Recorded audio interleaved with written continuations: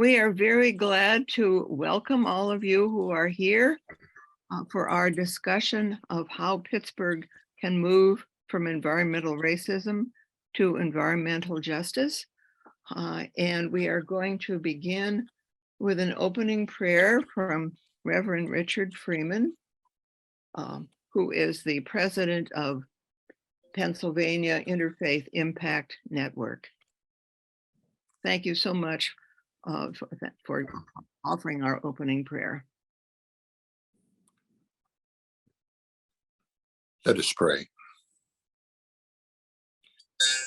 In your word that many of us hold to be sacred, O God, you decreed that your creation was good. You also charged humanity with the privilege to love and care for your creation.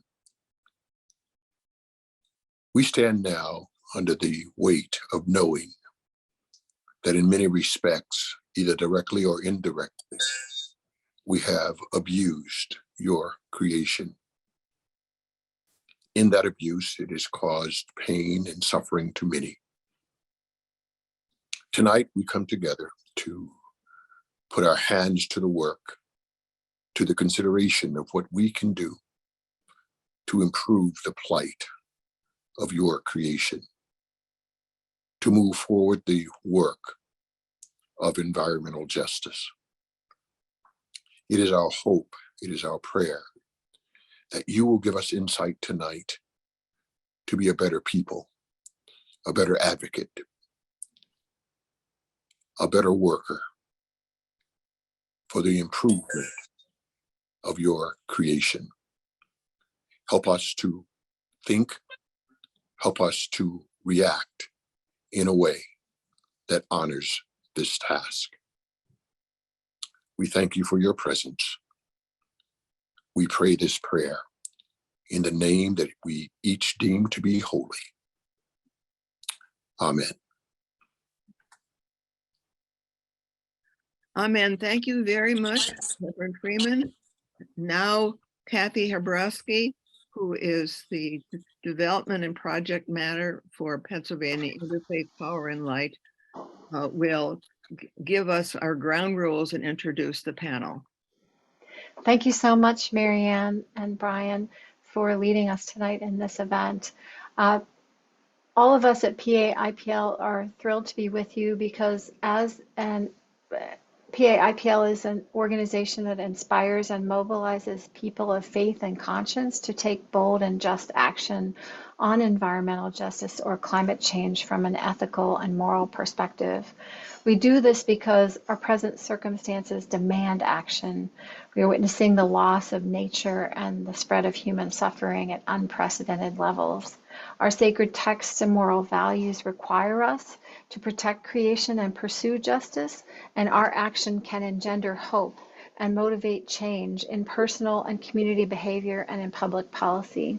And that's largely why we're thrilled to welcome our panelists today. Brian, next slide, please. We have with us this evening Alyssa Lyon, who is the director of the Black Environmental Collective at UrbanKind Pittsburgh. Alyssa believes that everything you do makes a difference and is guided by this belief in her work. The Black Environmental Collective includes more than 100 cross-sectoral organizations, all of whose missions are to advance solutions that support Black communities' ability to combat environmental threats to quality of life, food, environment, place, and climate change. Alyssa's work ensures that through policy and issue advocacy, direct services, movement, and coalition building, and region-wide education, that these goals will be achieved. Alyssa has a bachelor's degree from the University of Pittsburgh and a Master of Public Management from CMU's Hines College.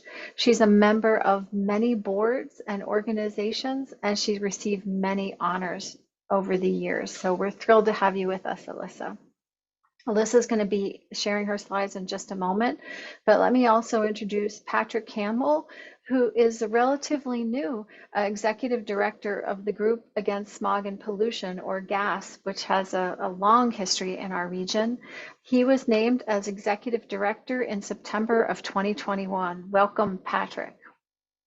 Before joining GASP, Patrick worked at other Southwestern and Pennsylvania environmental nonprofit that focused on community organizing, education, and public safety concerns around unconventional oil and gas development, which is important work. Previously, Patrick also served as a pastor of a United Church of Christ congregation in Western North Carolina before returning to our region. Patrick received a Master of Divinity from Wake Forest University and a Bachelor of Science from Mercyhurst University. We're also thrilled to have with us tonight Michelle Naccarati Chapkis, who is the esteemed Director of Women for a Healthy Environment, and she has been so for many years.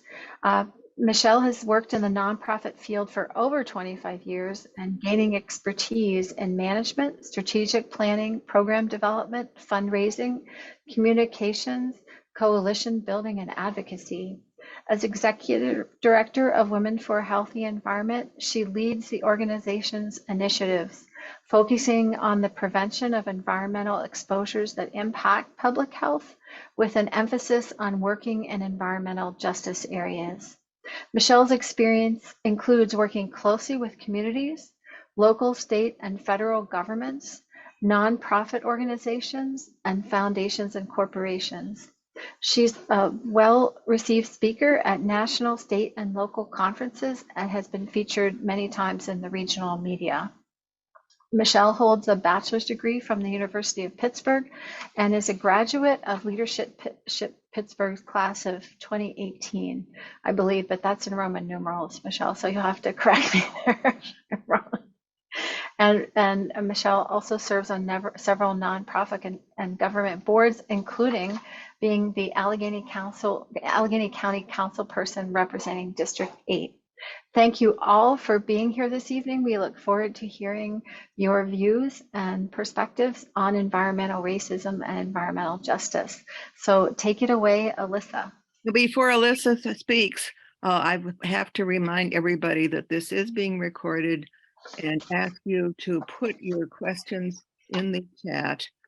And if you are not on the panel, please mute yourself. Awesome. Thank you, everyone. I'm going to share my screen. Can I get a thumbs up if you see that from anybody? No? Okay, I think whoever has their screen shared needs to stop sharing their screen. Okay, great. How about now? Okay, great. Thanks, Patrick, because it's your face that I see. Hi, everyone. My name is Alyssa Lyon. I am the director of the Black Environmental Collective. Want to thank everyone again for being here, but also thank you again specifically to the Episcopal Diocese of Pittsburgh, the PA Interfaith Power and Light, and the PA Interfaith Impact Network for having us here, for having me, the Black Environmental, here on behalf of the UrbanKind Institute. So if you're here to listen in on a panel on how we can move Pittsburgh from environmental racism to environmental justice. I will not be specifically speaking so much on my organization, but to ground us in the history of environmental justice and racism, and talk about some facts and talk about where we came from, and hopefully that can help influence where we're going in this movement. So just a little bit about my program, the Black Environmental Collective. Our mission is to advance just solutions that support Black communities' ability to combat environmental threats to quality of life, food, environment, place, and climate change. We are a network of about 100 Black leaders throughout the region who can quickly, empathetically, and responsibly respond to the needs of Black populations as environmental emergencies persist and arise. We are specifically committed to making sure that we acknowledge first and foremost, and then we can act on the need to address environmental discrimination at its core and at its root, which we all know is a systemic issue. So why do we exist? You know, the Black Environmental Collective exists because we need to express an urgency for all sectors. That includes this sector, whatever you in the impact network, the faith network, consider yourself to be a sector. We're talking about government, we're talking about businesses, to really balance people and the planet with profits. We do live in a profit over people society, so we need to kind of switch that around on its head. We also exist to advocate around a shared vision for environmental justice for Black people. And I think we exist as well to reclaim the socio-political agenda for Black people, which really means having our voice and our experiences show up in spaces that really matter as it comes to the nation and our local government making decisions for us. So we exist to remind all of us to balance, to reclaim, and for advocacy here at the collective. The one thing that is important, I think, is for me, is that we don't commingle the idea of the environmental justice movement with the sustainability sector. One is supposed to help embolden and make the other bright, but I think oftentimes we are kind of commingling the two, and I really want to speak a lot of power to the fact that they're two separate things. So let's ground ourselves in some shared definitions. So the sustainability sector represents 3% of the global economy. It's the branch of society that comprises all establishments and institutions from private and public sector, engaging and promoting sustainable goals related to human needs, responsible living, and environmental protection. So when you think about the sustainability sector, you think about affiliations, connections, money, the political agenda, institutions, those kinds of things that are supposed to get the wheels turning for the movement. Now, the movement is an intergenerational, multiracial, and international movement that promotes environmental, economic, and social justice by recognizing the direct link between these issues and demanding a safe and clean and community and workplace environment. Environmental justice also refers to those cultural norms and values, rules, regulations, behaviors, policies, and decisions to support sustainability, where all people can hold with confidence that their community and natural environment is safe and productive. So what does that mean? That means the movement is the people, the history, the cultural relevance. I don't want you to miss this cultural relevance piece that I do believe one of the speakers earlier mentioned, our duty and our cultural responsibility to take care of the planet and to take care of our environment. That's what the movement is. Let's keep going back even further and talk about some specific movements, okay? So we have the Delano Grape Stripe of the 1960s, where Latino farm workers led by Cesar Chavez fought for workplace rights, including protection from harmful pesticides in the farm fields of California's San Joaquin Valley. You have the TSU, the TSU riot of 1967 that occurred at Texas Southern University campus. As many other civil disturbances during the 1960s, underlying racial resentments prior to the event finally reached a tipping point where tensions between the Houston police and TSU students arose from the death of the circumstances surrounding the death of 11-year-old Victor George, who had drowned in a garbage-filled pond at Houston Homes Road Dump on May 8th, 1967. Okay, many of these dumps were in Black majority neighborhoods because the city had routinely and purposely arranged for these landfills to be segregated in those parts of town. On May 15th, the students and other universities and other activists staged a sit-in in front of the dump's entrance, hopefully to shut the dump down. We move a little further into 1982. The North Carolina PCV protest of 1982 was a nonviolent activist movement in Warren County, North Carolina, a predominantly Black community that was selected by the state for the disposal of soil laced with chemicals, specifically PCBs, which then leaked into the local water supply. Warren County then was known as one of the poorest counties in the nation, with Black people making up 65% of the population and 25% of those residents living in poverty. And I want to give also regards and acknowledgement to other movements and struggles that are currently happening, such as the Flint, Michigan water crisis, the Dakota Access Pipeline, Louisiana's Cancer Alley, and more. I also think there are some other parts in history that are so important as we talk about environmental justice and movement. I want to mention the February 11th, the 1968 Memphis sanitation strike, where a couple of months later, Reverend Dr. Martin Luther King was murdered in Memphis, Tennessee, advocating for this sanitation strike down in Tennessee. I also think it's important to make note of Dr. Robert Bullard, who is known as the father of environmental justice. He helped report and do extensive, tremendous study on one of the first cases in America to recognize environmental discrimination as a civil rights issue. So we have a lot of movement and issues being brought up by Black people and marginalized folks such as Latinos, starting as early as the 1960s, or I'm sure earlier than that, but these are some of the births of a movement. And we even lost some of our prominent leaders who, as they show up as advocates in this space. Now let's shift a little bit. Let's talk a little bit about the beginnings of sustainability. Pittsburgh's beloved, Rachel Carson she published a book called The Silent Spring in 1962. Many people consider this book's release a turning point in our understanding of the interconnections among the environment, the economy, and social well-being. All right, in 1969, the National Environmental Policy Act passed in the United States, making it one of the first countries to establish a national legislative framework to protect the environment. The law set the basis for environmental impact assessment in the world. In 1970, we celebrated our first Earth Day as the nation held a teach-in on the environment. An estimated 20 million people participated in peaceful demonstrations across the United States.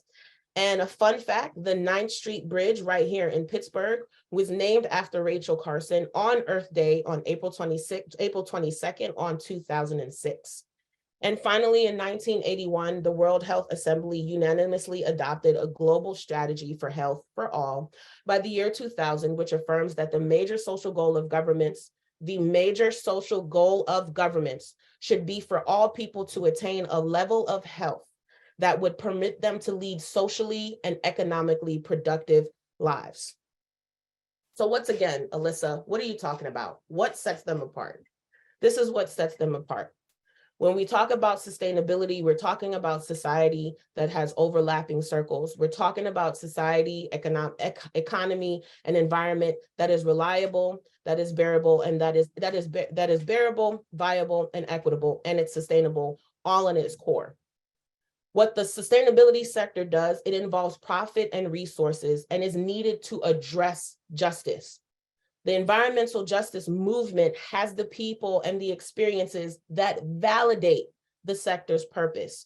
We are here to validate the sector's purpose. The sector needs the movement to have credible, authentic, dependable, willing ties to the sector. Okay, so when we're talking about economic justice and sustainability, we're talking about who is winning and who is losing. When we're talking about environmental justice, we're talking about who has natural access to outside. When we're talking about social justice, we're talking about who the preferences are. And when we're talking about tribal justice, we're talking about whose values, we're talking about what values. And those things are going to be important as we move forward in this environmental justice conversation. So we have a slight problem. The movement, environmental justice, sustainability sector is extremely white, okay? And we're not going to mince words, it's extremely white. The Yale program on climate change in 2020 suggested that in contrast, whites are more likely to be doubtful or dismissive than Hispanics and Latinos, who are often inaccessible, who are often the communities that are inaccessible to justice solutions.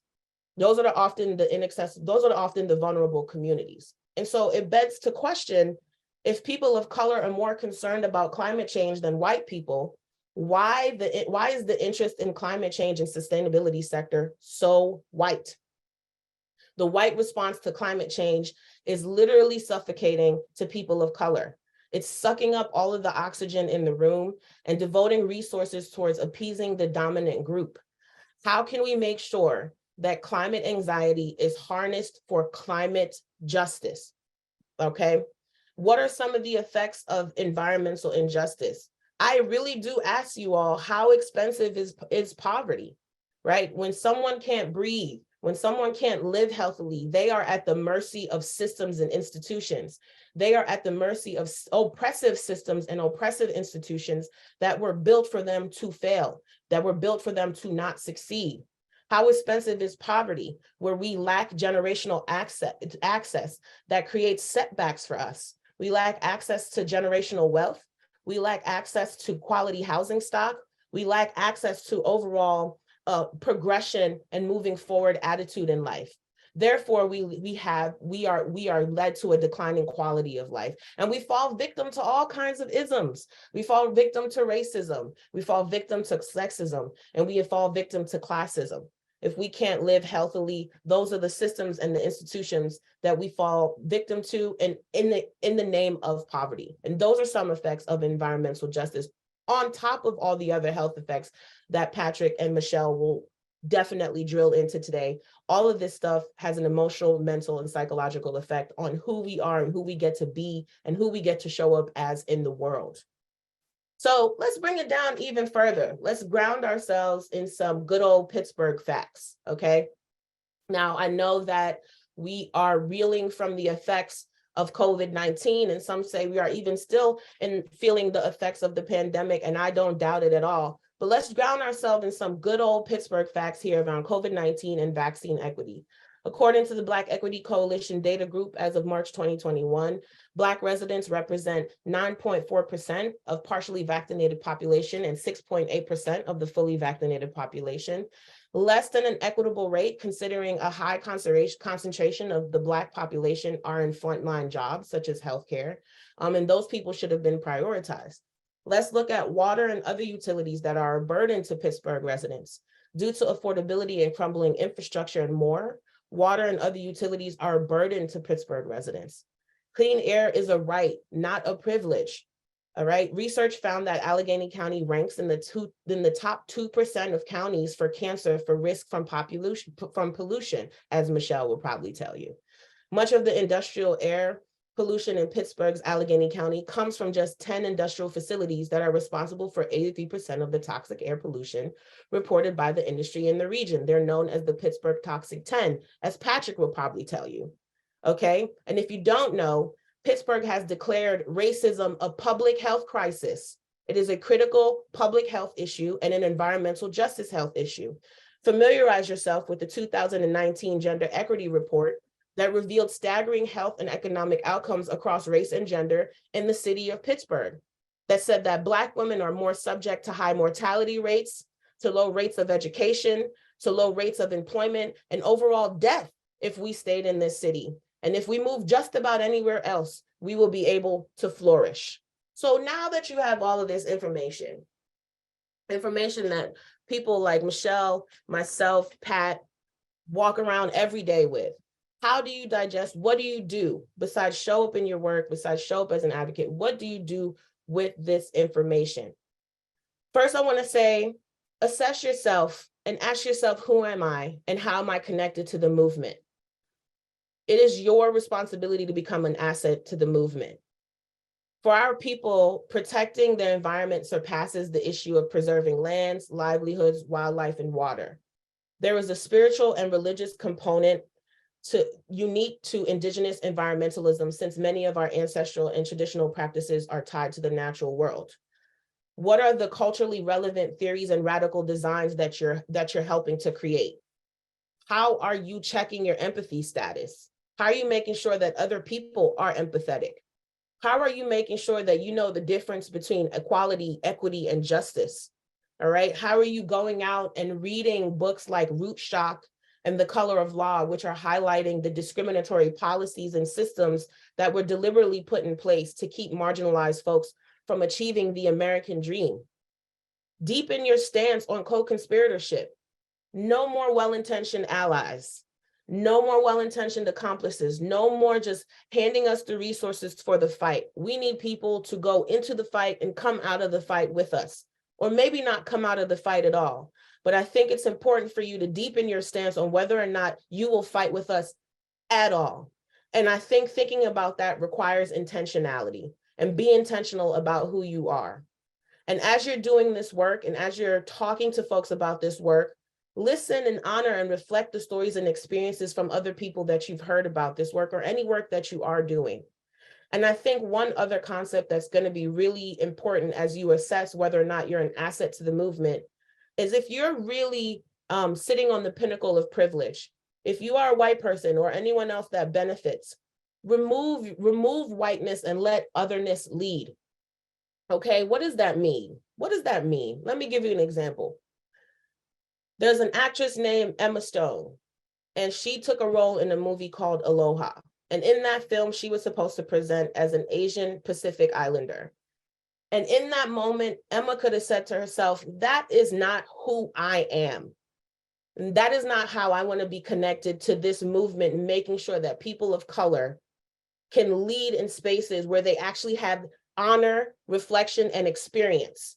That is a moment where she could have removed whiteness and let otherness lead. And you lose nothing out by being an advocate for letting other people lead. Be a great global citizen and fellow human. Advocate for equitable development in historically excluded communities. Educate and familiarize yourself with the realities of others. Engage and elevate your Black allies, your co-conspirators. Go check out organizations such as Casa San Jose. You know about my program now, the Black Environmental Collective. Go check out the Black Equity Coalition. Go seek the organizations that are out here doing this work instead of trying to recreate it or trying to put it in the hands of other people who are not qualified to do that because they cannot speak honor and truth to their experiences. It is up to you to join a movement.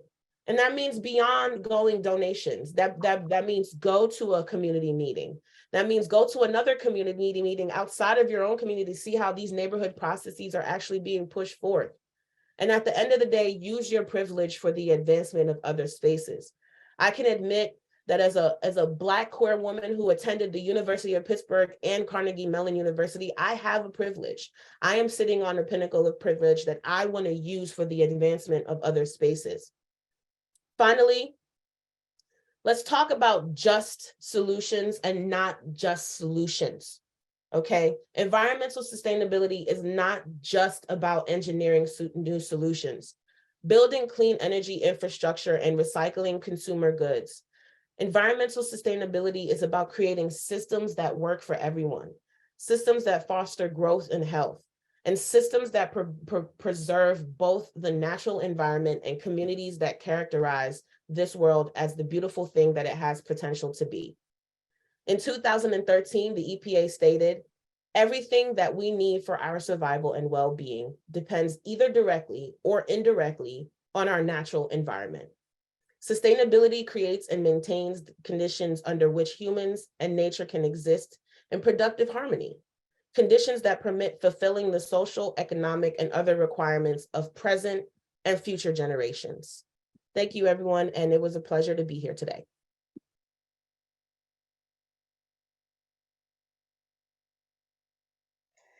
Thank you, Alyssa. Can we move on to Patrick? Alyssa, that was very powerful, and I hope that in our Q&A we can talk about other actions that our attendees can take and more solutions that you can share with us.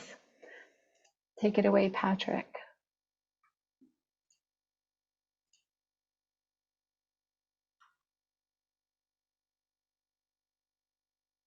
All right. Well, thank you all. And I want to thank the Episcopal Diocese of Pittsburgh and Interfaith Power and Light and PAIPP as well as Alyssa and Michelle. I'm honored to be on a panel with them. As in the introduction, I'm the executive director of GASP, or the Group Against Smog and Pollution.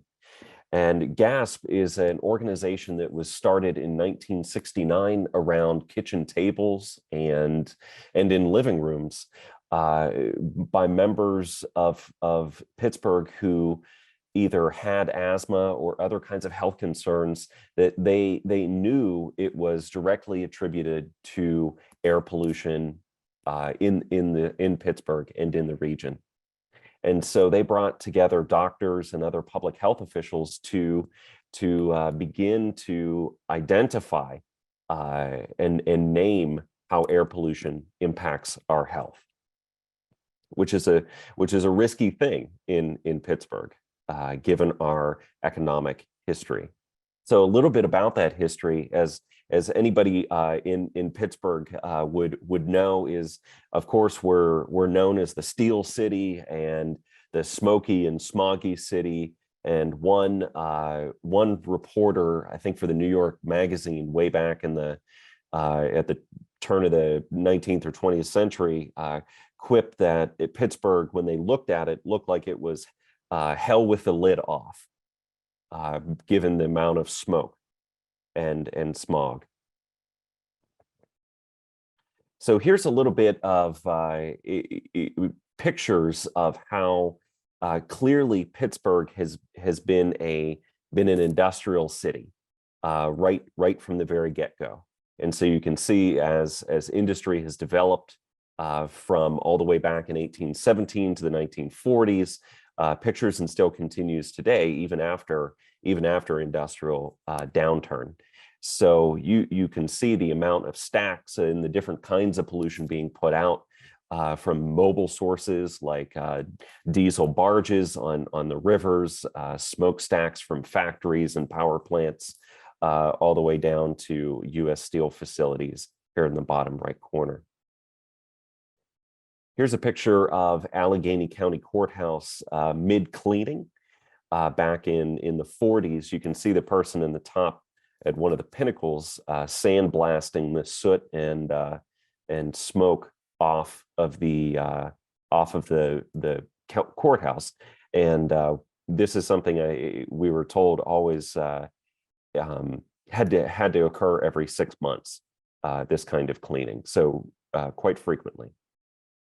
And again, due to industrial sources of air pollution. But there are other kinds of pollution sources. And so this infographic shows all the places air pollution can come from. Things like stationary sources like coal-fired power plants, natural gas-fired power plants, sewer authorities, other kinds of industry, farming, large-scale farming, oil and gas infrastructure, and then things that are natural sources of air pollution like lightning, volcanoes, wildfires, but are being exacerbated by climate change, as well as mobile sources, things like airplanes, cars, trucks, and other gas, anything that burns fossil fuels. Now, one thing you often you'll often hear, particularly in this area, is something called particulate matter, or PM. And actually, the EPA is soliciting public comment right now for updating their national ambient air quality standards regarding particulate matter. So this is one thing, though. It's particularly concerning here in our area because a lot of our stationary or mobile sources of pollution put out particulate matter. And so particulate matter is just a mixture of solid and liquid droplets that are found in the air. So whenever we say something like PM 2.5 that you may hear a lot about with air quality in Pittsburgh, that's a measure of a measurement of the size of that piece of particulate matter. So think of so whenever we say something like PM 2.5, that's measured in microns, and so a fine particle of beach sand is often about 90 microns in diameter. A human hair, the gray strand on your screen, is an average of 50 to 70 microns in diameter. PM10 is things like mold and other kinds of allergens. Now, your body, by and large, can handle being exposed to those larger, the 90, the 50 to 70, even PM10. It can handle that in a small amount. But the problem is with particulate matter 2.5, that is so small that it can get deep within lungs and actually show in our lungs and show up in our bloodstreams. And so it can lead to all sorts of things like cardiovascular diseases, like asthma, like other kinds of health concerns. And so if you're exposed to this for over periods of time, it absolutely increases your chances of developing some kind of cardiovascular disease. If you often you'll see sometimes in the morning, or if you check air quality throughout the day, you'll see the air quality index, and this is something put out by the EPA. And so these are measured in 50 increments to measure the overall air quality of a given day or a given period of time. And so good is always that 0 to 50, moderate is 51 to 100, and so on and so forth, all the way up to 301 and higher. And each level carries with it more risk to human health. So at first, it's moderate or unhealthy for sensitive groups. It means just that. If you're a person with asthma or other kinds of cardiovascular diseases, you're going to feel this air quality more quickly than somebody who may not have those diseases. But once you get into unhealthy air, that 151 and above, that's when it's dangerous for anybody to breathe over a long period of time. And so we need to take extra care to reduce your outdoor activity or exposure to this air pollution.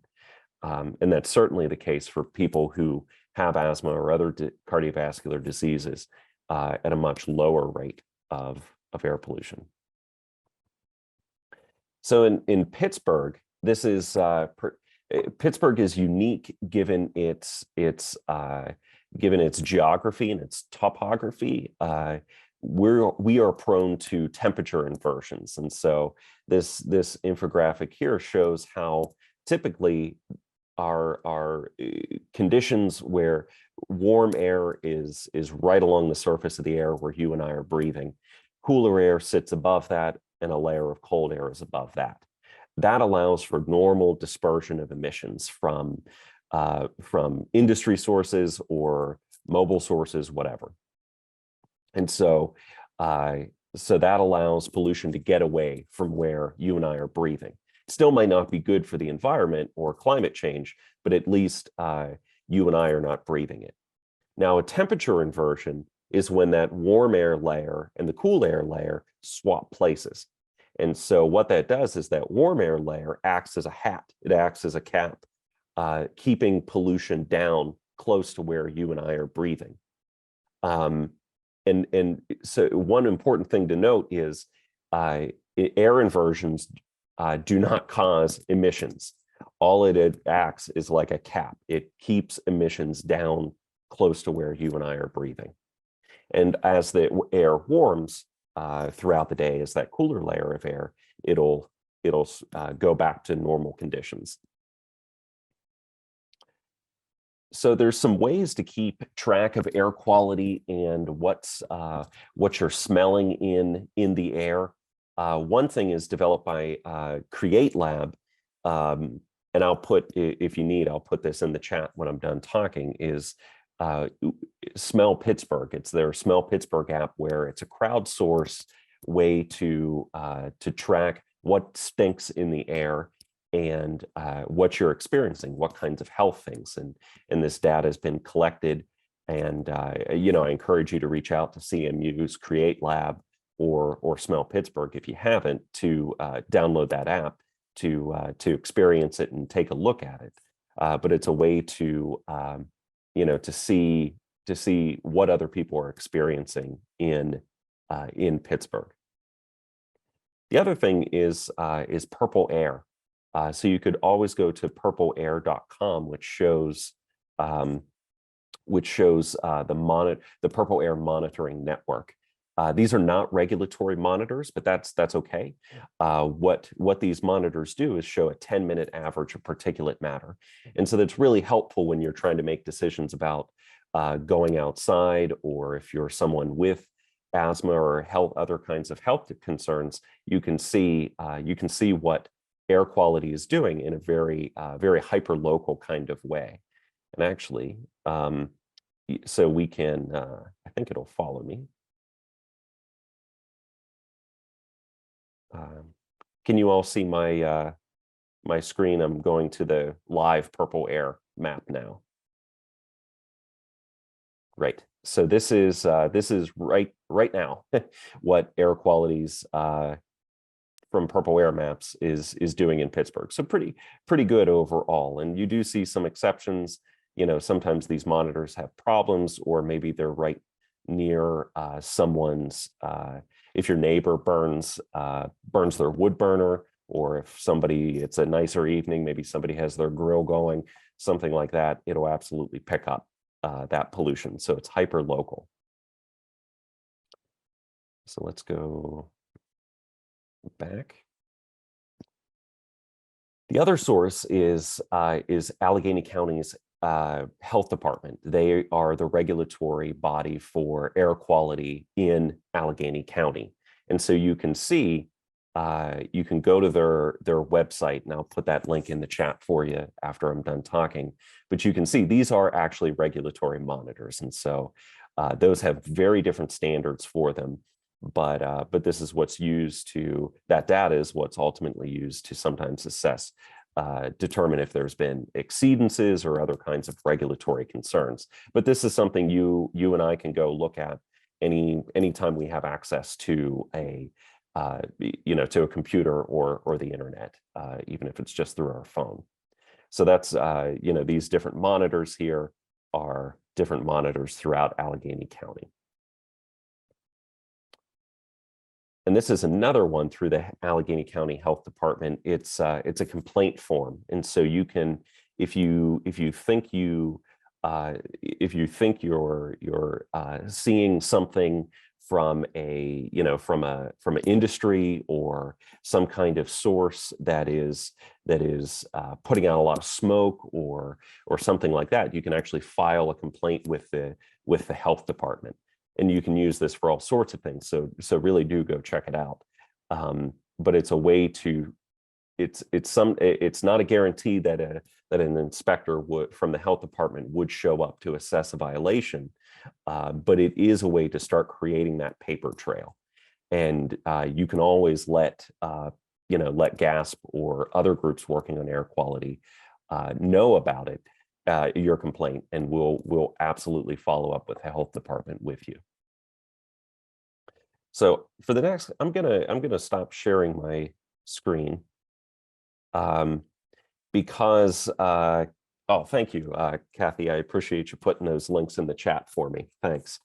So here the thing is, it was mentioned at the beginning. I am I earned my Master's of Divinity from Wake Forest University, and I did pastor a United Church of Christ congregation in Hickory, North Carolina, for Peace United Church of Christ for 7 years, and I'm still, even though I'm not active, I am still a clergy person in the United Church of Christ, and that's all to say that when you stick me, I think, in front of my Episcopalian siblings and siblings of other faith, I can't maybe help myself, but I have my grandma's red leather-bound King James Version Bible, of course, to help me, because there's something else I think we could make mention of, particularly for this group is. So Genesis chapter 1, verse 28 goes, and God blessed them, and God said unto them, be fruitful and multiply, and replenish the earth and subdue it.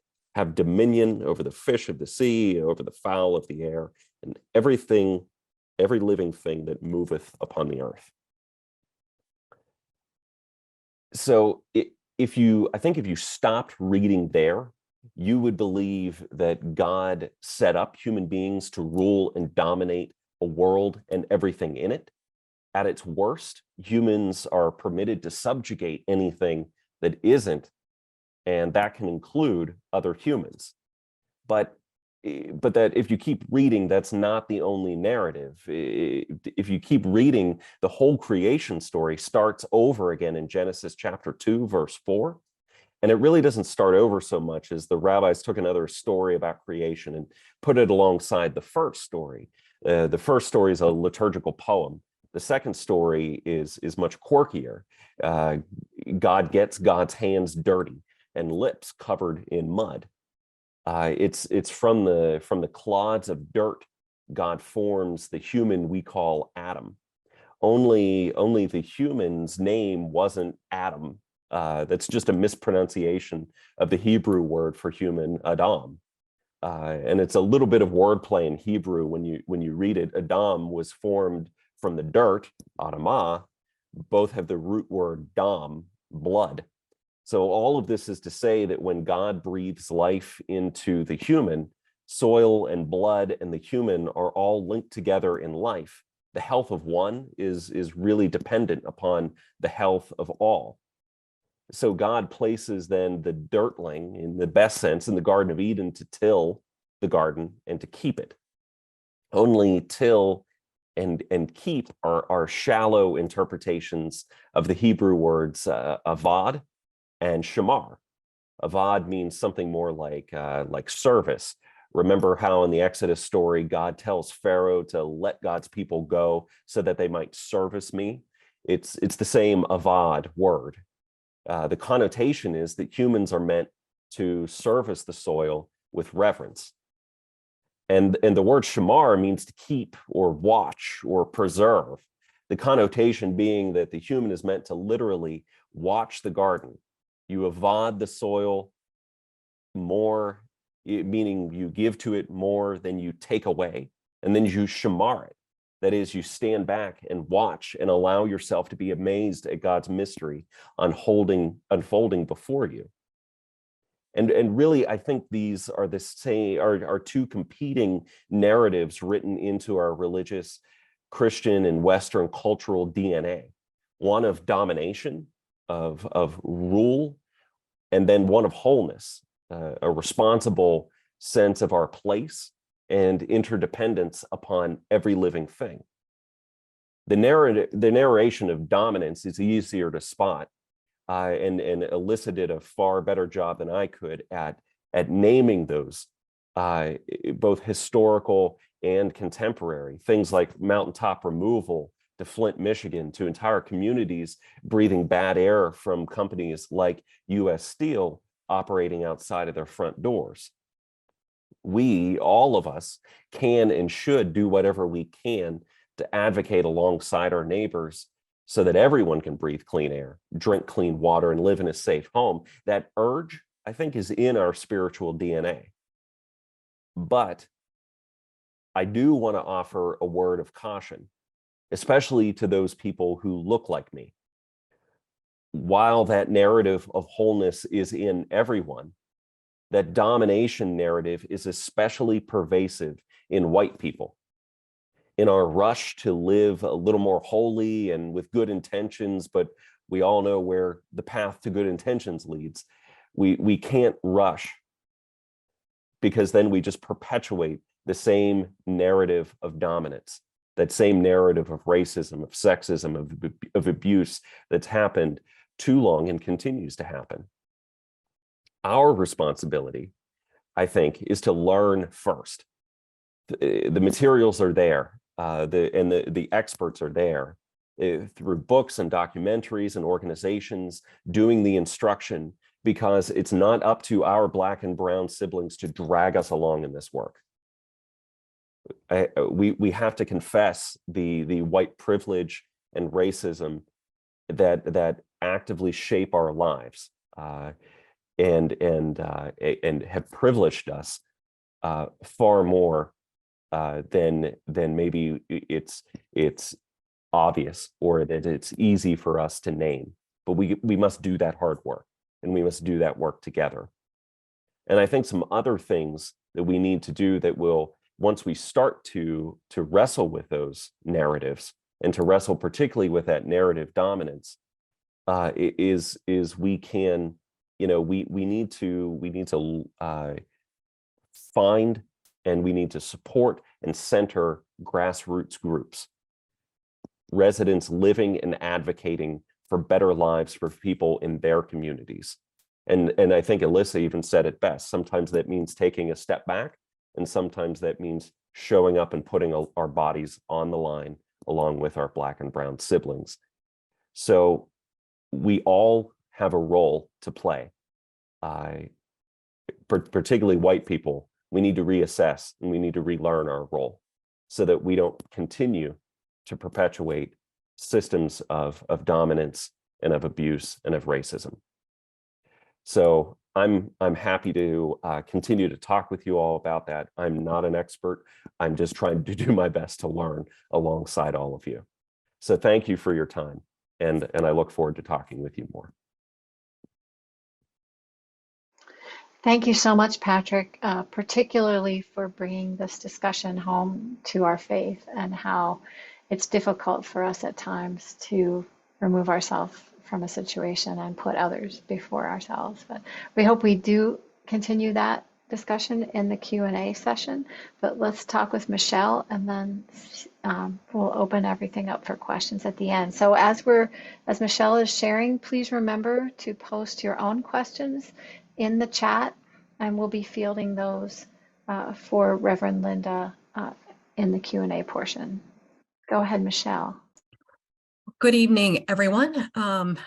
Again, I'm Michelle Naccarati Chapkis, and I too would like to thank the Episcopal Diocese of Pittsburgh, the Pennsylvania Interfaith Power and Light, and Pennsylvania Interfaith Impact Network for the invitation to be with all of you this evening, and for my good colleagues and friends, Alyssa and Patrick. I'm so honored to be on a panel with the two of them, and they've done such a fabulous job in this space that I hope I can bring you something new to add to the conversation.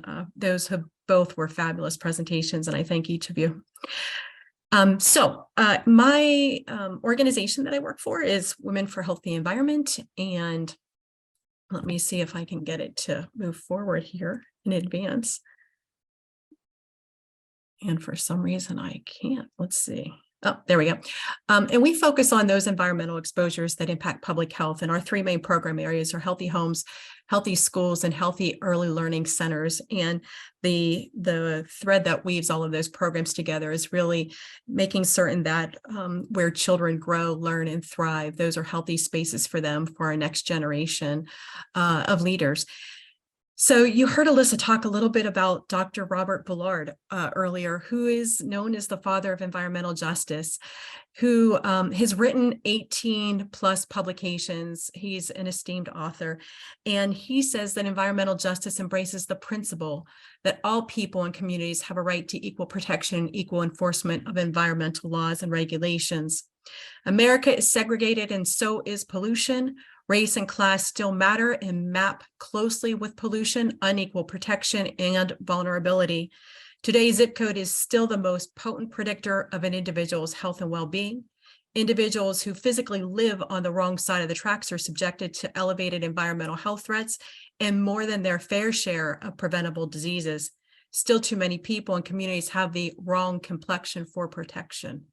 Reducing environmental health, economic, and racial disparities is a major priority of the environmental justice movement. And I do list his website that has many of his publications, some of which are here, that I encourage all of you to spend some time reading.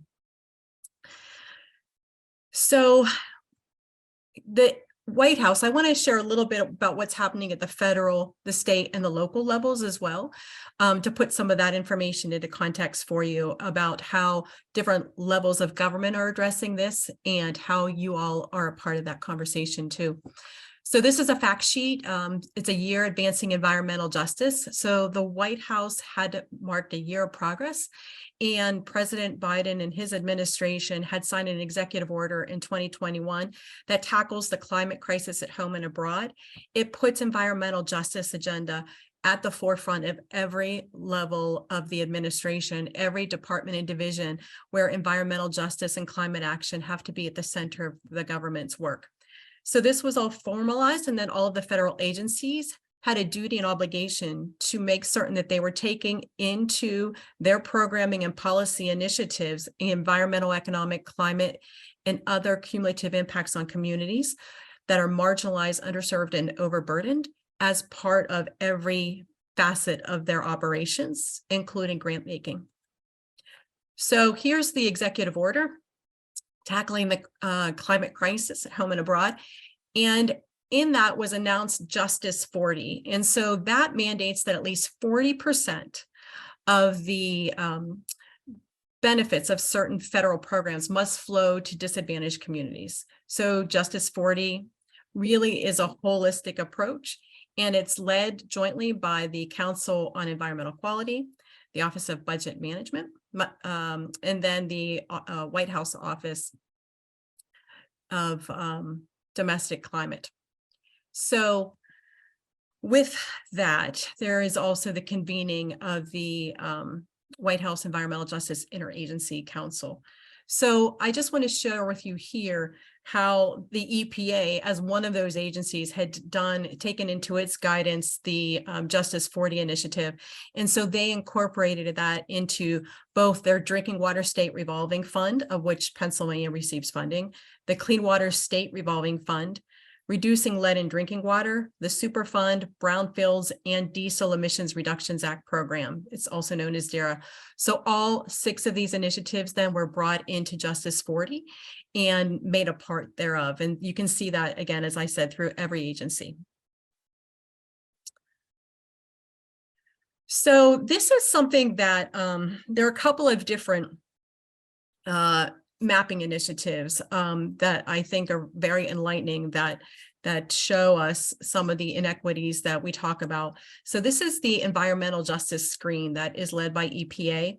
And within that, you can see on my left, the environmental justice indexes, as well as many other things that you can pick from to see what's happening in your own backyards: pollution and sources, the socioeconomic indicators, health disparities, climate change, where the critical service gaps are located, and then some additional demographics. And so you put in an address and you can overlay all of this and see what it looks like. So here's an example then of what the air toxics cancer risk looks like in our region. So this is honing in and just looking in the Pittsburgh metro area. And as you can see, 95 to 100 percentile, the highest rank, as Alyssa had alluded to earlier, we were at the 2% risk for cancer across the country. And so here is a depiction. And as you see, a lot of those places are along where we know that there are point sources and diesel pollution in neighborhoods that are greatly impacting the health of residents. Now, at the state level, there's the Environmental Justice Strategic Plan that was just released this December by the Department of Health. And this was an order signed in 2021 as well by our governor at the time, Governor Wolf. And it also outlines activities for state agencies to address, somewhat mirroring what is happening at the federal level. So our state agencies then have had an obligation to really address environmental justice in all of their particular programs. And then in addition to that, the Environmental Justice Interagency Council was established. So again, this looks to promote environmental justice in ways that speak specifically to each agency, its authority, mission, and programs, again, as well as funding. So this was recently a map that was introduced in 2022. We, our organization, helped to create this with the Department of Health Epidemiology in terms of some of the different areas of focus that needed to be addressed. And so there are probably about 30 or 40 different layers that you can look at on this map, going from air toxics, as I talked about, and all of the different things related to air quality, to water quality, oil and gas operations, brownfields, et cetera. And so as you can see, you can put on these different layers looking at, well, what does it look like for low income? Layer that with COPD hospitalizations, and then how is that my community or my neighbor's community impacted by those different factors. And so again, looking at the air toxics cancer risk, as you can see, very similar to what we saw earlier, where there's a concentrated red. And so red is at the highest level of concern and of harm. And so as you can see here on this map, it clearly demonstrates that in those core areas where we are near those toxic 10 polluters, we are at great risk. This is a quick map that just shows you the asthma hospitalizations. The higher rates are by the deeper color of purple. This shows you old housing, which is an indication of lead paint. Lead was banned from paint in 1978. So anything that was before that has the potential to have lead paint in it and harm to individuals in those residences. And so this is zoning in on Allegheny County specifically. 80% of our housing stock was built before 1978. 85% of the city of Pittsburgh's housing stock was built before 1978. I'd be remiss if I didn't point out the rail lines. So this map shows you all of the rail lines in the western part of the state, lower southwestern part of the state. And as you can see, there are multiple rail lines that flow from Ohio, where the train derailment did occur, down through the city of Pittsburgh, through highly populated areas. Water quality is something I wanted to spend just a little bit of time on. There are 36 water systems across Allegheny County. And so water systems, those are the water authorities that are in charge of getting water to your home, the drinking water, as well as water treatment plants. And there is great discrepancy between those water systems. You have a large system like Pennsylvania American Water and Pittsburgh Water and Sewer Authority. Those two are large and serve many, many individuals, thousands of individuals. And then you have small ones like the city of Duquesne that has just a few part-time people managing that system, as opposed to a system that has contracts with multiple engineering firms, multiple contractors, probably in excess of 100 employees. There's great disparity with that. And so our organization developed and released in 2021, there's somethings in the water report that spoke to, we did an analysis of violations of water quality, as well as looking at how prepared they were and for lead service line replacements, how transparent they were with their community in terms of sharing information. And so what we know is that small water systems must have the support that they need to bring healthy water to the residents. We aren't calling for privatization of water systems. We know that that actually has its own harms and impacts as to the ratepayer. But we also know that you have to invest in the smaller systems so that they can invest in their community. We need equitable replacements of lead service lines. So if the landlord fails to fulfill this responsibility, we don't want it to fall back on a tenant. We had called for in this report consulting with at least one public health representative in all executive decisions, because we want to have the people with the expertise in public health to be able to help guide utilities. And community engagement is essential, and that's something that's often lacking. So Pittsburgh Water and Sewer Authority did put together a community-led response advisory committee. It's a great model for the other 35 water systems to implement throughout the region, but it's transparency, it's a public website, it's public information and resources posted on a page, it's offering free lead and drinking water testing, it's having a detailed approach for how you do your lead service line replacements in an equitable way, looking at the communities and neighborhoods that are low income, have the highest elevated blood lead levels, meaning lead poisoning rates, as well as women of childbearing age. So there was a systematic approach to making sure that those who needed the lead service lines replaced first did. And then that bottom picture is what actually a lead service line looks like.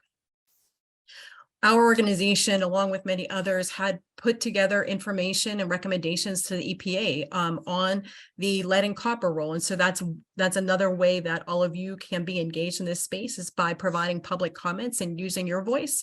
Here are some of the recommendations that we had made to the EPA to ensure that that all communities were being protected. So lowering the action level, establishing a maximum contaminant level, putting investment back in water systems so that burden doesn't fall on ratepayers, especially those in low-income communities. And as we know, all of the issues that we spoke of have historically resulted in environmental justice communities, especially in our region's Black communities, ensuring that they receive equal access to clean water and the information that the public needs to protect themselves and their families. PWSA is a great role model to follow, and where in 2016 they were in a different place and being criticized by our organization and many others for the lack of transparency and for the crisis that had ensued, was a real turnaround, and now is providing mentoring opportunities for other water systems across the region. And so we encourage others to take advantage of that. Healthy housing is a huge issue in terms of environmental justice. So we know that unhealthy conditions lead to hazardous housing, and that's lead poisoning and asthma, respiratory illness, cancer, all those unintentional injuries. This results in missed school days. This results in parents having to take time off of work and less income to homes. So there are environmental and housing concerns that are exacerbated in our communities. These are communities that have poverty and limited access to resources and racism. So as a result, there are some state initiatives that people should share with each other, and hopefully we'll be able to get people to enroll and participate in those programs. And so one of those is the Whole Home Repair Act, which I'll talk about in just a minute. But I also want to make note that this is from the Allegheny County Asthma Task Force report. In 2017, the emergency department visit rate for white children under 5 was 21 per 10,000 children, compared to 153 per 10,000 among Black children.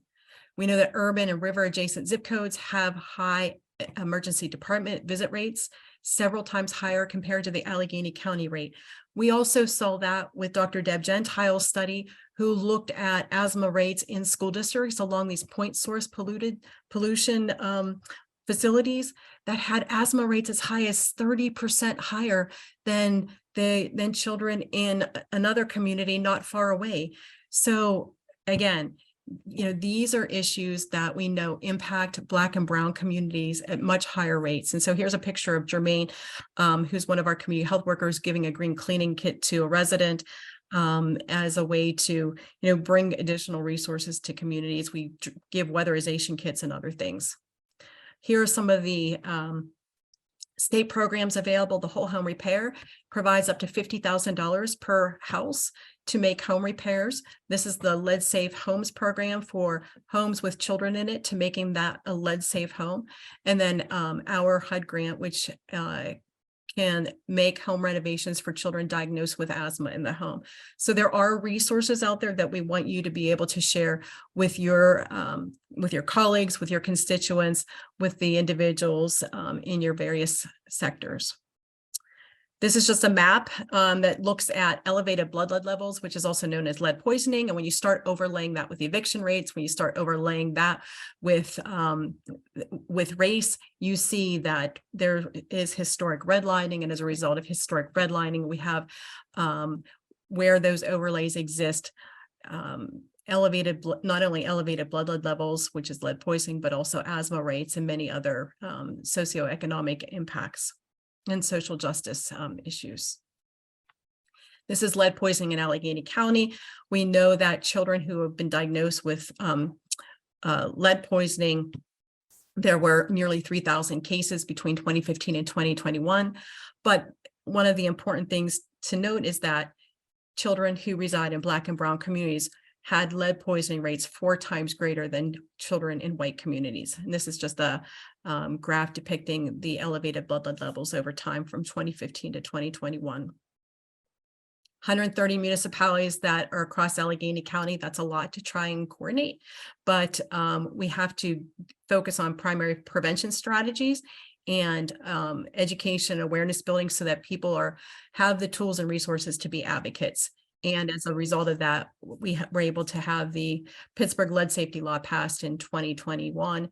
And it was a major part of the mayoral candidate forum. These topics that we talk about today should also be at the forefront of the Allegheny County Executive Forum. All of these issues that you hear about should be all of the points that we are asking candidates moving forward. This was a report that we presented on Wilkinsburg and lead exposure.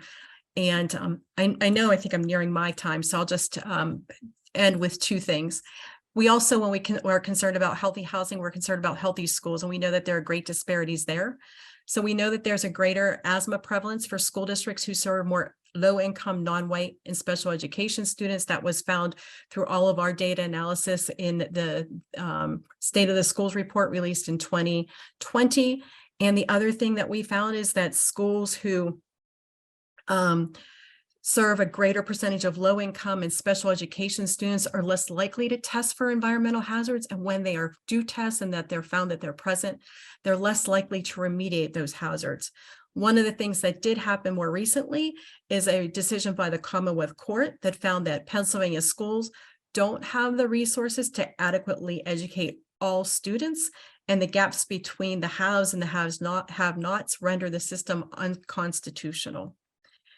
And I'll just end with climate change. We know that climate change and environmental justice go hand in hand. We have a hotter climate, we have a wetter climate. That means landslides, that means more precipitation, that means flooding.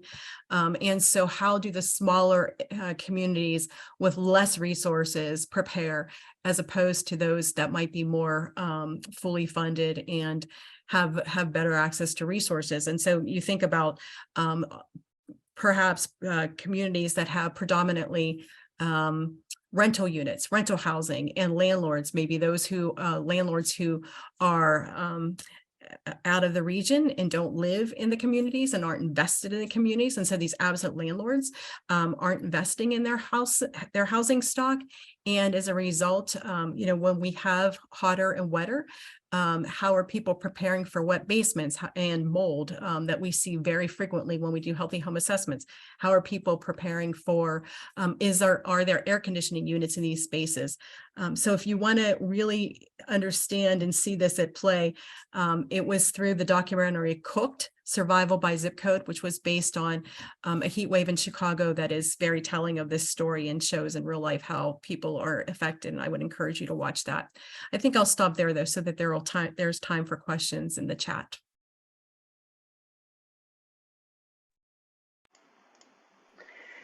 Thank you all so much. Thank you, Michelle and Patrick and Alyssa. We're going to turn it over now to Reverend Linda T. Wilson, who's going to lead our question and answer session. So please submit your questions to the chat in the everyone function, and Reverend Linda will be able to pick those up there. Hello, everyone. These questions are for Michelle, and someone is asking Michelle, how can we reach our candidates and elected officials? What's the best method to do this? Okay. So there are a couple of, I think I would encourage everyone to know who your representatives are at all levels of government, from your new Congress people who have been elected to your state representatives in both the House and the Senate. There's a lot of money that flows through both federal and state government that gets directed to local resources and into local government. And so we want to be sure that we are making certain that that funding gets flowed to our communities that need it the most. So that's one of the first things, is to ensure you know who your representatives are and engage with them.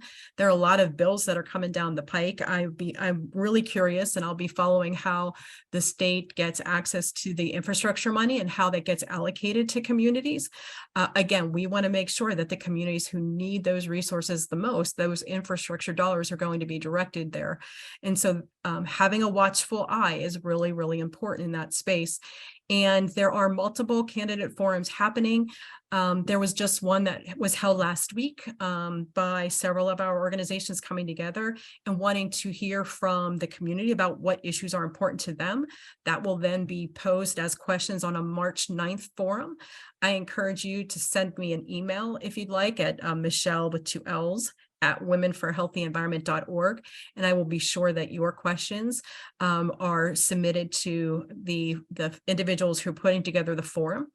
And then any of those other spaces, if you see that a candidate forum is going to be happening and hosted by a sector or a network that you're affiliated with, be certain to reach out and let them know that these environmental issues that we're all learning about, sharing with each other and talking about today are a part of that conversation.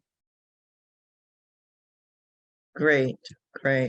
I have a question here in regard to, is there a way to make schools responsible for testing and remediation?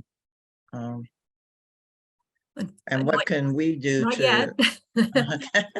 Not yet. So one Mhm. of the things that there are several organizations who are working together for these issues. One of them is called the Radon in Schools Work Group, as an example. So if you can imagine, our state is a high-risk area for radon. Radon is the second leading cause of lung cancer behind smoking. And schools and childcare centers are not required to test for radon. And so there's a movement to try and get, again, for the third time, a bill introduced that would require schools to test and remediate for radon. And because we know only about 30% of the schools in Southwestern PA have tested. And so that's something that people, as these bills start becoming introduced, using your voices, having you call your state reps and saying, please co-sponsor, please push for passage of these particular bills is really critical. And as I'm talking out loud about this, it almost seems as though we need to have a central database of sorts where all of us can be following and tracking these various environmental health bills at each level of government, so that there is a funneling and a way to easily access. And I don't know if that necessarily exists, but I think Patrick and Alyssa and I can spend a little bit of time thinking about what that might look like, because there are a lot of opportunities that we don't want to have missed just because there's a lot going on. Sure.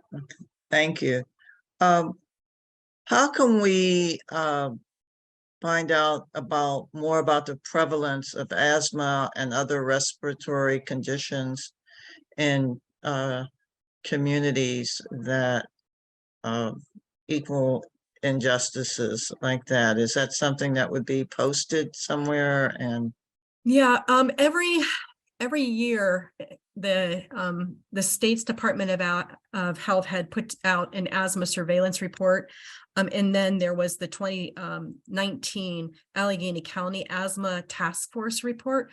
And those reports will have data in them. There's also something called the Pennsylvania Asthma Partnership that had formed several years ago. And so those different entities do tracking, and that is information that is available. And so I encourage folks to look at those reports. In terms of Allegheny County, the most recent report will probably be the data in the 2019 report.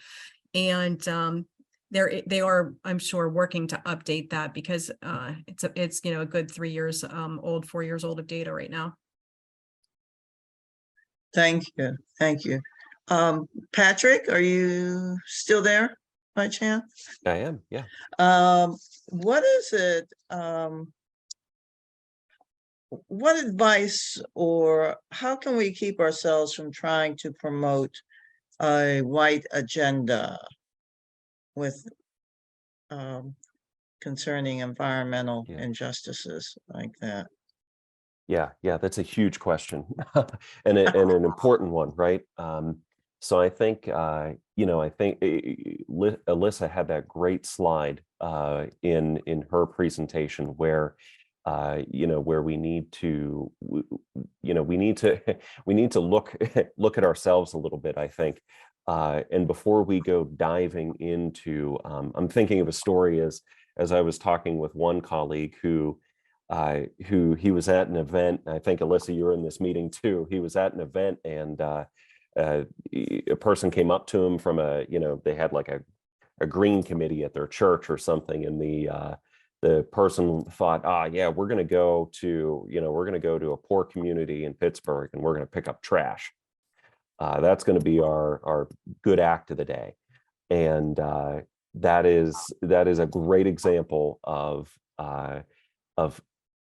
how we're letting that I call it a narrative of dominance, or letting just racism run the show, and so that may not be what that community needs, and they would have no idea what people living within that community would actually need. So until we start building relationships, and that's I'm saying we as in white people do that, and do it in a way where we're not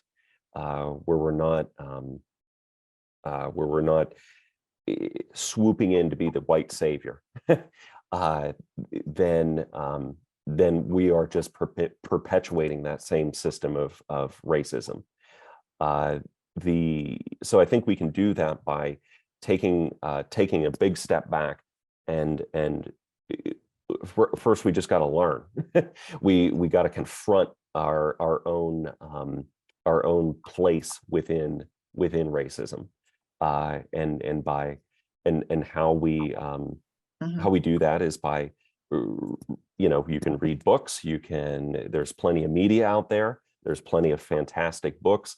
Do that work before we start swooping in, because you're going to learn not to swoop in, and you're going to learn how to be an appropriate party of a new relationship that is really challenging for white people, but I think is our task today.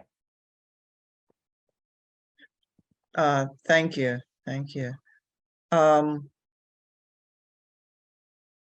One of the questions has to do with what concrete actions can we take to improve the quality of life for all? And I guess I'll ask Alyssa to sort of jump in there and answer that.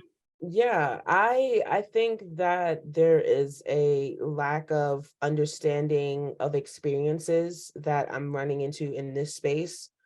And so I think work your empathy muscle. And I don't know how you do that. I don't know if you watch documentaries on things to work your empathy muscle, or you attend a bunch of different community meetings to work your empathy muscle.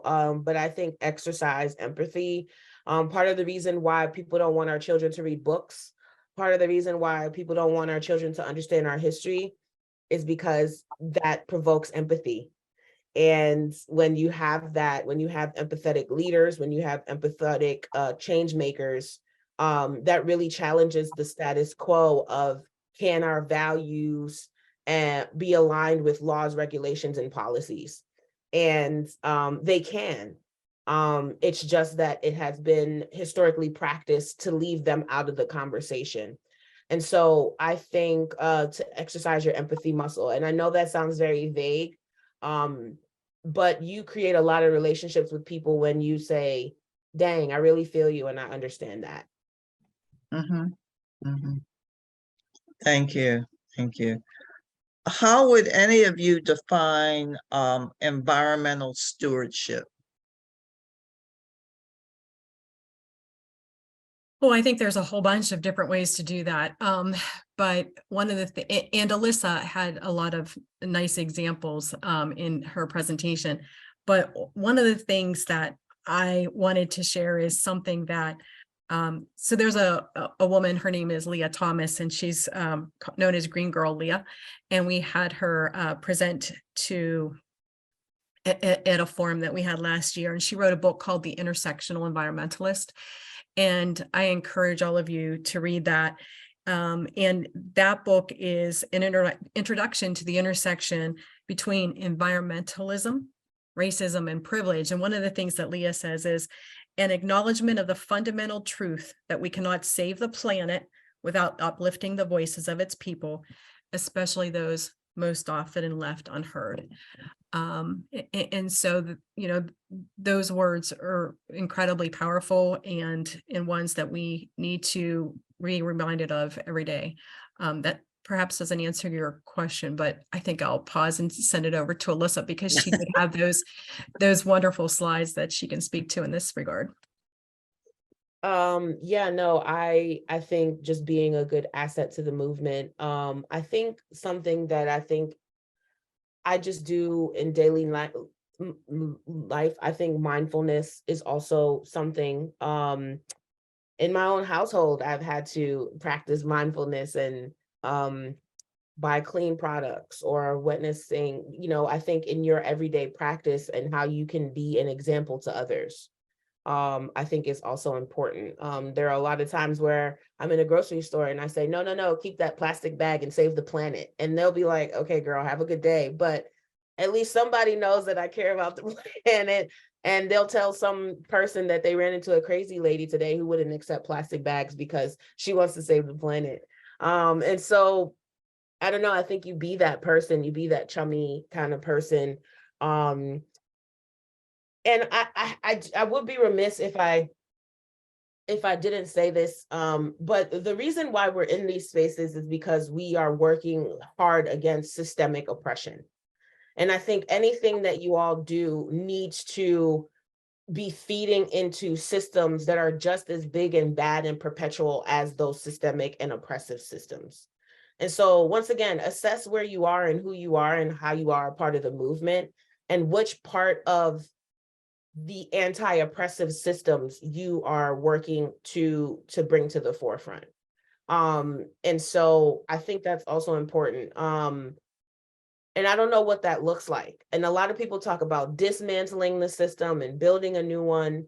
The problem is we need the bones and the structure and the blueprint. We can chew up the meat and spit out the bones on this. And so how are you feeding into anti-racist, anti-oppressive structures and conversations that I think are going to help us fight the fight against these larger systems, whatever that means in your own right. Thank you, Alyssa. I put a book, a website in the chat for folks to take a look at called Runaway Inequality. And it's several organizations in the environmental space have come together and done a train the trainer type of workshop. And we'd be happy to provide the training to all of you then for you to use within your congregation and other individuals that you intersect with. And it gets to these issues that Alyssa's talking about capitalism, patriarchism, and corporate greed, and how we get to where we are today in terms of needing the changes that we know have to be put in place to break down systemic racism, break down the barriers, and to make it a more equitable, healthy, sustainable region for all. Thank you, Michelle. Another question that we had was, how can we alleviate all the air pollution issues and make our air safe for all to breathe wherever they live, work, or play, or learn? Like that is. Patrick, you're Well, right. I was going to say I can jump in. That's gas Yes. focuses on air quality. That's so again, that's another huge question, but a good one, and I think there's a lot that goes on to it. The first is paying attention and holding our regulators accountable for their actions or inactions, and sometimes that means the painful showing up to to public meetings and and sharing your voice, calling your elected official locally as well as state all the way up. Let them know you're worried about air quality, because air quality or air pollution doesn't respect municipal boundaries. So we're all subjected to it. The other thing is, frankly, supporting organizations that will hold polluters accountable for their actions or inaction, and how they are trying to comply with the Clean Air Act. GASP is one of those organizations, and there's others. And I think the other part is that economic thing that Michelle and Alyssa were talking about too. It's the transitioning away from burning of fossil fuels as quickly as possible. It's the transitioning away from plastic use and incineration. It's those kinds of activities that we can start to take that we can start to do within our daily lives. Like Alyssa said, refuse that plastic bag. It sounds small, but start doing it. It adds up, and my wife and I, we looked at our bathroom a few months ago and said, oh my gosh, the amount of plastic in our bathroom was horrible. And so we've stopped using plastic in our bathroom, which is really difficult to do. But look at one room in your house and say, maybe I don't have to use as much plastic in this room. It's a small, maybe silly change. It's not going to change the world by me doing that, but it's one step, and we can talk about it and we can share those stories together, because I think in this work in particular, we need to flex, as Alyssa said, flex that empathy muscle, but we also need to flex that hope muscle, because if we don't, this gets despairing real fast. Mhm, mhm.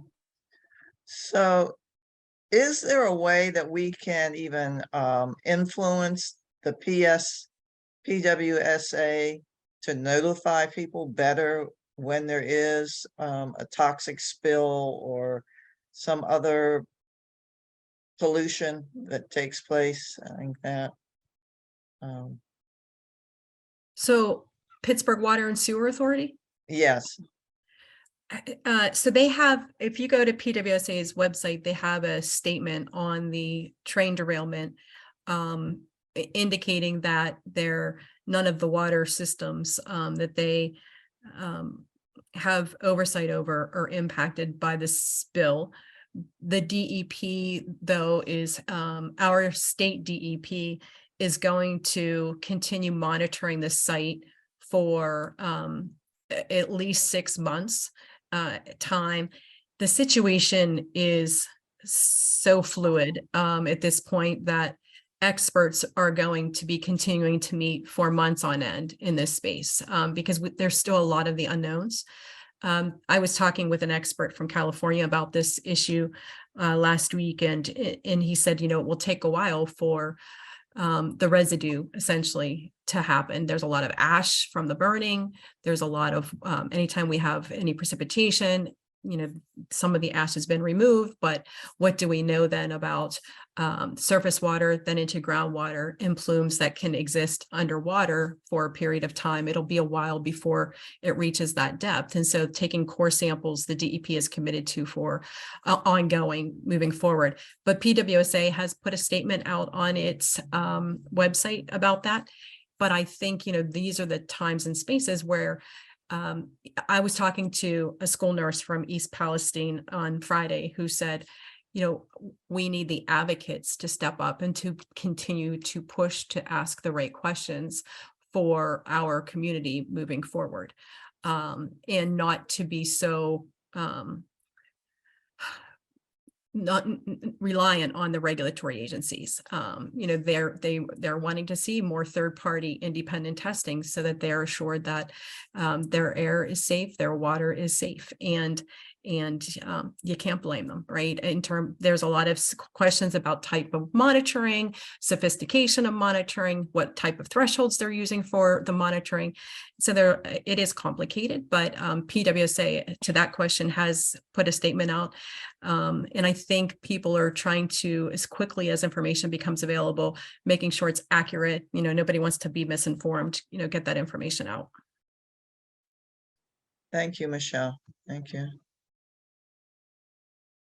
I don't believe I have any additional questions. Let me ask Marianne or Kathy if they have more at this point. I don't have any at this point. I wonder if, and since we're at our time, we're just a little past our time, I want to make sure that everyone's able to hear your closing prayer, Reverend Linda, and then respect our panelists' time in their evening. So does anyone have a final question or a final statement as a panelist that you'd like to make? I would just like to make sure that we thank Brian Webb for all his work on this. He's our our technology person and has really been incredibly helpful with this. Thank you, Brian. There you go. So the Lord be with, go ahead, Kathy. I was going to say, but then Reverend Wilson, we All right. invite you to share your closing. Yeah. with us. Yeah. The Lord be with you. And also with you. Most loving, liberating, and life-giving God, thank you for this beautiful island home of the galaxy. We ask that you continue to bless it and keep it safe from harm. Grant us wisdom to care for the earth and all your creatures now and for the good of future generations. Though we acknowledge the harsh realities of environmental racism and other injustices, may your voice guide us in our reflections and actions. Empower us, gracious and merciful God, to do your earthly work, to stop the exploitation of those in communities of less wealth and education and political standing. Keep us as instruments of your love for a new covenant with all of your children and this earth, this day and forevermore. Amen. Amen. Amen.